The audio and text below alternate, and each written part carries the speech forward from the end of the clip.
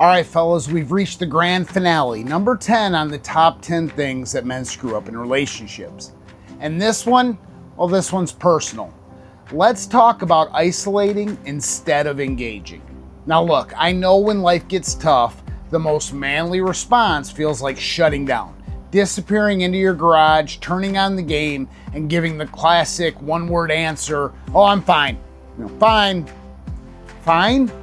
You just lost your job, you just snapped at the kids, and you haven't slept in 2 days. You're about as fine as a busted lawnmower with duct tape holding it together.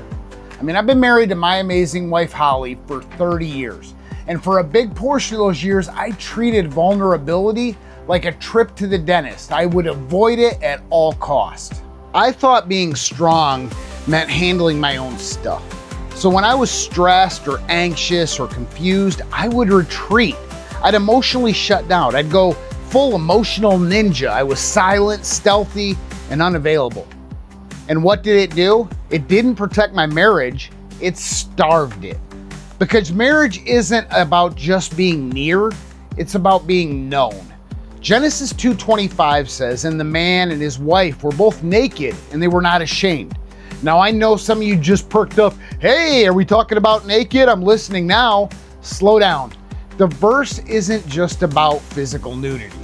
In the Hebrew, the word for naked used here means exposed, uncovered, vulnerable. And not ashamed means there was no fear, no hiding, no masks. This is pre-sin, pre-shame, pre-fig leaves. It was God's original design for intimacy, full transparency without fear. But ever since the fall, what's our instinct? Our instinct is to hide, to withdraw, to isolate. And that doesn't just hurt us, it isolates us from the very person God gave us to walk through life with us. Here's what I learned the hard way.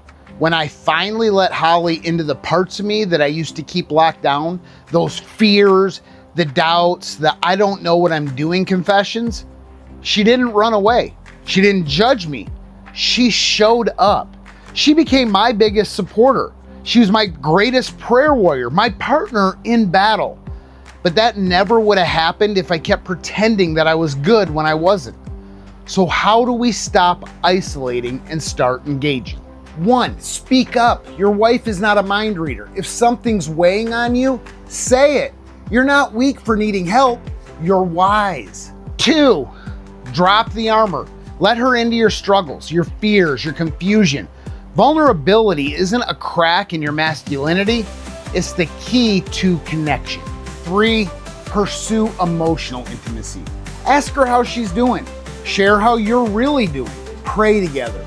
Cry if you need to. Laugh. Be present. Be real. Great men don't isolate, they engage. They stop performing and they start being authentic. Because your wife can't love the version of you that you won't let her see. So here's my challenge for you. This week, share one struggle that you've been keeping to yourself. Open up. Start the conversation. Give your wife the gift of knowing the real you.